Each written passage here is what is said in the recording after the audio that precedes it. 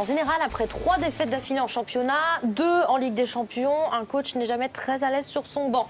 Mais les dirigeants de l'OM sont montés au créneau pour le défendre. Ils semblent avoir convaincu les supporters.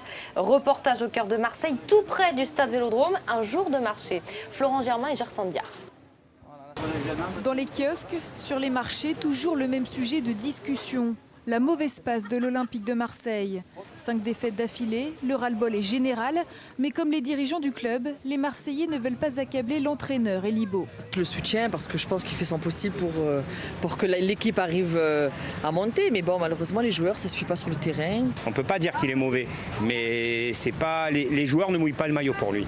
Quand même, il a un bon CV.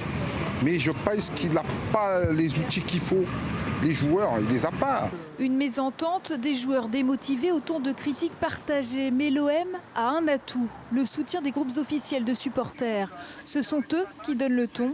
Et pour le moment, ils ne tapent pas sur Elibo. L'année dernière, il nous a prouvé par A plus B que c'était un patron de cette équipe. Je ne vois pas pourquoi du jour au lendemain on va lui tirer les oreilles ou on va lui dire casse-toi, c'est pas possible. Des fois on peut lui reprocher certains choix, mais c'est pas lui qui est sur le terrain. Quand il faut courir après un ballon, c'est pas Elibo qui court. Même si les voyants sont au vert côté supporters à l'égard d'Elibo, le sursaut reste capital pour conserver sa place dans le cœur des Marseillais, comme sur le banc de l'OM.